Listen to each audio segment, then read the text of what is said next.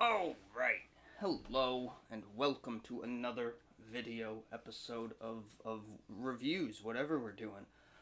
I don't know anymore, I'm just reviewing things. Thought I'd switch it up a bit and review an older video, older movie. Well, that sounds sketchy, right?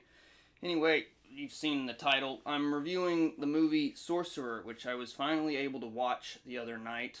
It's been on my watch list for like years, and for whatever reason, it has escaped me, blah blah blah, and I found it on YouTube. It's an older, lesser known film by some famous people from 1977. And hey, it's PG, so go watch it with your kids. Some facts about Sorcerer, right? If you don't know, it is a older movie, obviously 1977, directed by William Friedkin, right? Correct. He's most known for directing The Exorcist. I'm sure if you haven't seen it, you've definitely heard of The Exorcist. So, big name there. He directed some other movies that were a little more known, something about traveling to Paris or something. I can't remember, France, something. Anyway, he did a movie called Sorcerer that came out in 1977.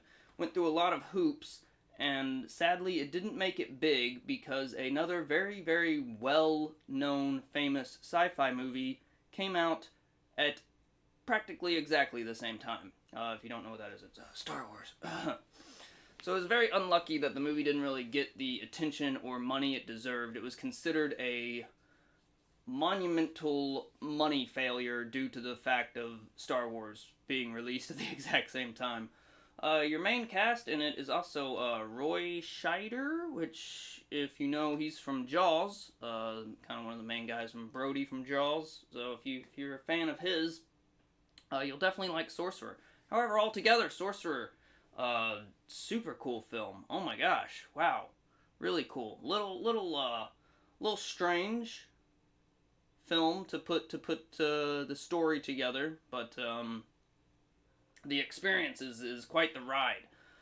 Basically, run down synopsis real quick before we dive into some review.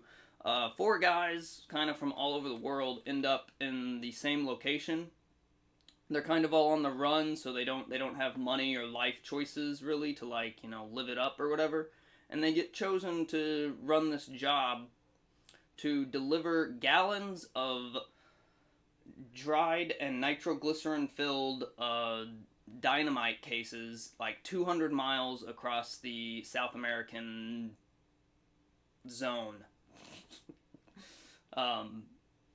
Do science research on your own if you don't know what that means. Nitroglycerin and TNT, dynamite in the old days leaked, and then nitroglycerin can go boom at the subtlest of little touches. So they had to take these, so no one would do this job, and four guys, which is your main cast, they have to hand drive, how else would you drive? They'd have to deliver these cases of dynamite, nitroglycerin leaked gallon filled crates across South America in these big old trucks. And the first about the first half of the movie is really kind of the setup to that. And the first 20 minutes specifically is your introduction to the characters, and they are from four completely different parts of the world, and you get to see how they get into the circumstances that they're in for the back half of the movie, which is really cool because you don't have the slightest clue as what's going on. And if you really don't read a synopsis on the movie at all, or if you forget or whatever, because I had kind of completely forgotten, it feels like you're watching a different movie, honestly, for the first half of the movie. The first 20 minutes, you're kind of like, what's going on with these four guys? They're all four separate stories. It makes no sense. And then about 30 minutes in, you find out that they all end up in the same place, in this rundown shanty town in Latin America somewhere.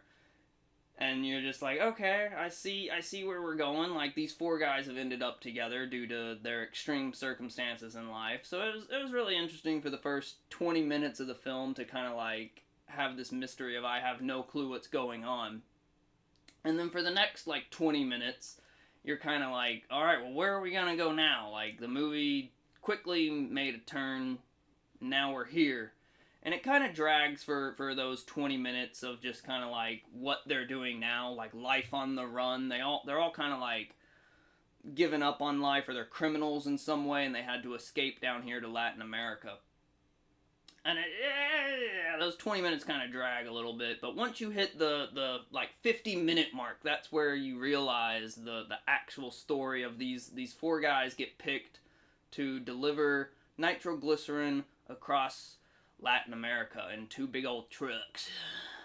It's a real American film, South America. I won't spoil it all, but that is the big point of the movie, is this essence of them having to deliver these nitroglycerin filled containers 218 miles across the Australian, jeez, wouldn't that be easier? Mad Max, across the Latin American outback? Can you say that? Latin America rainforest? I don't know what the term is for that. Over hills and through the mountains and swamplands and the Amazon. Basically, straight through the Amazon, basically. And the scary part is that, like, if nitroglycerin gets jiggly too much with the old dynamite, boom, it's gone. It's exploded, like, easy. So it's like a suicide mission, basically, that these four guys go on. And for the back half of the film, literally from like 50 minutes on, is the exciting part of watching these four guys drive two different trucks. It's two guys per truck across the rainforest.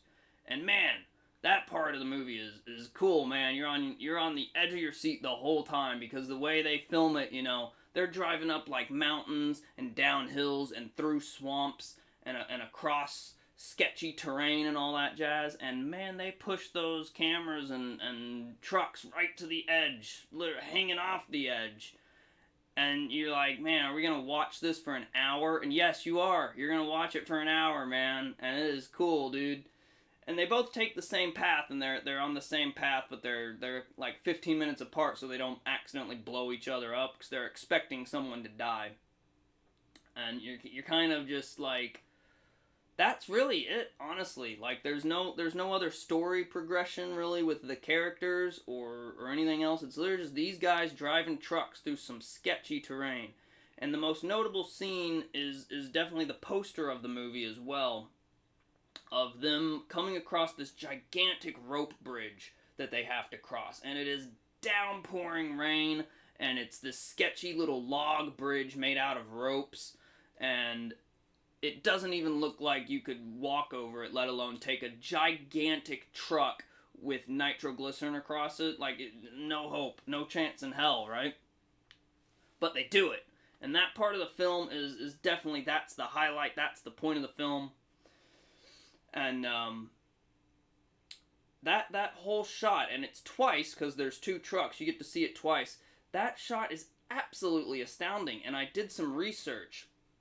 It's not like one shot, it's a long segment of them doing it. But I did some research, and they actually built that whole bridge from scratch for the movie. It was a whole ordeal.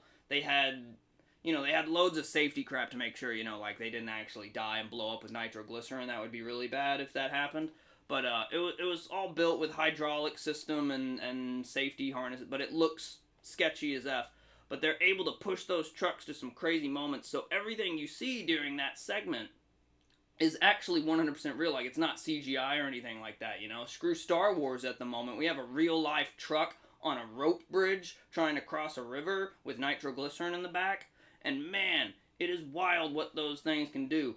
If you've seen the poster, which is here somewhere probably, there's a scene, there's moments during that bridge where that truck is like straight up 45-degree angle swinging on the side of the bridge, and you're like, well, that truck's gonna blow up, right?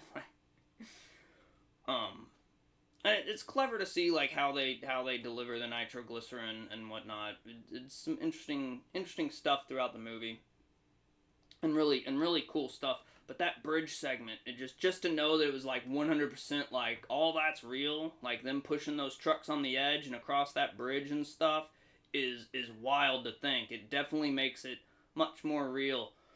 And I saw that they like had to do that take like 5 or 6 times, because the truck actually like fell off the bridge because they were pushing that thing far. And when you watch the movie, you feel it, man. That's some sketchy stuff because it is downpouring rain on this little wooden log bridge that's falling apart, and the truck is like, swaying with the bridge, full 45-degree angle. It's so cool.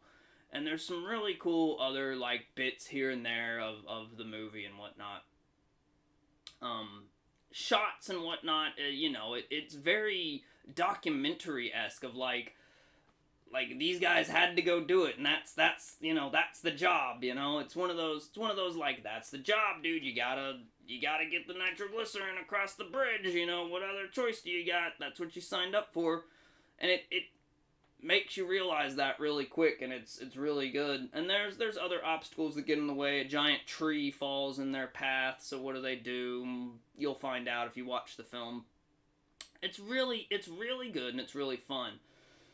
As you get to the back half of the film, the purpose of them delivering this nitroglycerin is an oil field blew up, and it's just, on fire and spouting flames, so they have to cave it in and bury it to stop the flames. And they only have this dried up TNT that is nitroglycerin filled now, but they have to get it 218 miles to the oil site. So they find these 4 guys that have nothing to lose, basically, to deliver this nitroglycerin to hopefully save this oil field. And do they get there? Who knows? The name of the movie, Sorcerer, that's one of the 2 trucks. The trucks have like names on them. It's all very World War II-ish style, old school 1970s, And sadly, Star Wars beat it out. I think it's a great film. I mean, there's nothing that like, if you try to compare it to Star Wars, you're way off the map, of course, because you're in a galaxy far, far away, or you're in the Amazon forest. Which one's gonna win, right? But the tension of the whole back half of the movie, like the moment they take off in those trucks and they've got nitroglycerin in the back, and like the whole time they're just like, one wrong move and you're dead, And like the first wrong problem is they go across this like log bridge, and the front tire like breaks through a log, and the whole truck just goes, and you're just like, it's that the whole time of the movie, and it's really interesting to see. Maybe some things get pushed because if a truck went 45 degrees on a bridge, I feel like the nitroglycerin would probably blow up. But, movie magic, you gotta give it what it's worth. Other than that, though, I saw that the movie wanted to be like an entirely silent film. The director wanted to have practically no dialogue in the movie. And that's very reflected throughout the back half of the movie, because it's literally just these guys driving. You get a little bit of dialogue and story between the characters of like, oh, what the hell are you doing here driving nitroglycerin through the Amazon, right? You're an American, Like, what are you doing? You're a French guy. What the hell are you doing here? But once you kind of like get, that's not the point of the movie, The point of the movie is this little tension buildup of just what's gonna happen, Are they gonna make it or not? You're stuck with the movie for the back half, definitely, of like, are they gonna make it? What's gonna happen when they make it, And then the back half of the movie, without spoiling it, is actually really good.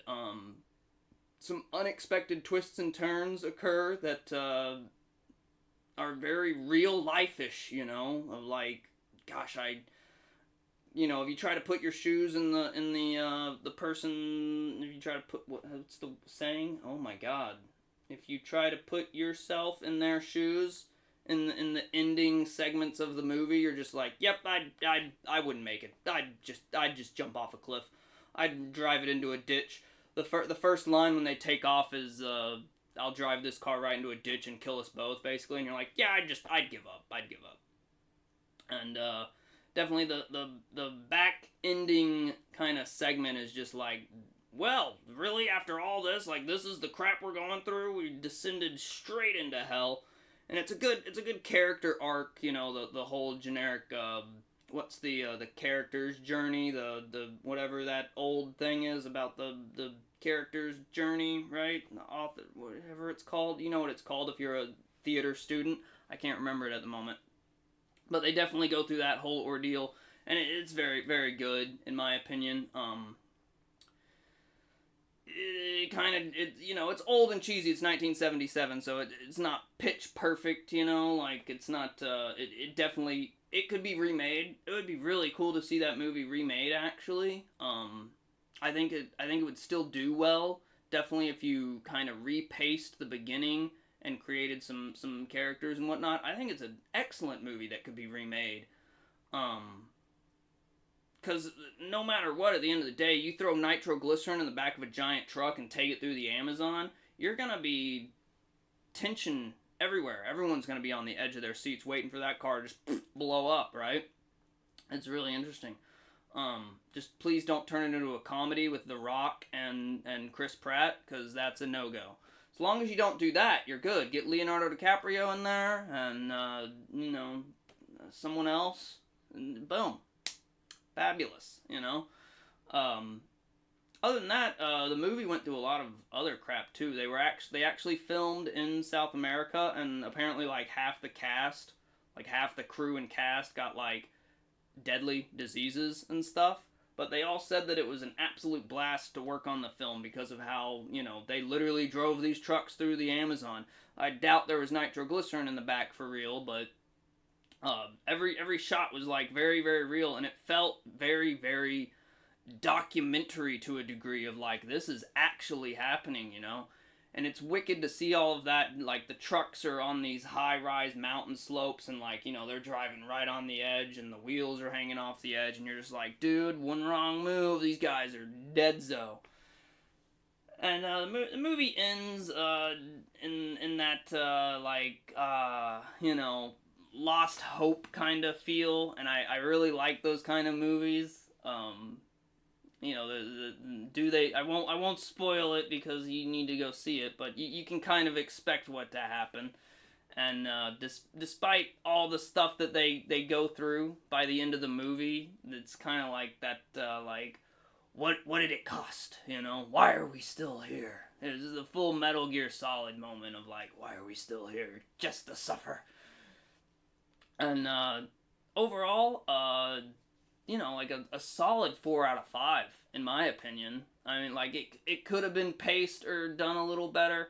It would have been interesting to see if it was like a silent film, like there was no dialogue. If it would have been better or worse. The small bits they don't talk much in the movie, but some things were like kind of unexplained, of like, why the hell did this guy end up going to South America of all places? And like, why is he having to go, kind of thing. A couple characters make sense, a couple don't, and it kind of pieces together randomly, and they get chosen to deliver this stuff. But anyway, overall, 4 out of 5, definitely recommend. You'll be on the edge of your seat. It's a cool movie. It's on YouTube, actually. You can just go watch it on YouTube. Don't watch the crappy quality one. Watch the better quality one. I did that mistake. But, it's 1977, so it's kind of cool that it was old quality. But, man, some really cool high-tension shots throughout the movie of delivering nitroglycerin in a truck. Who doesn't want to do that now after watching that film, drive a big old rig through the Amazon? Am I right? Alright, that's all I got. I can blabber on forever all day about trucks driving through the Amazon all day long. Deliver that nitroglycerin over there.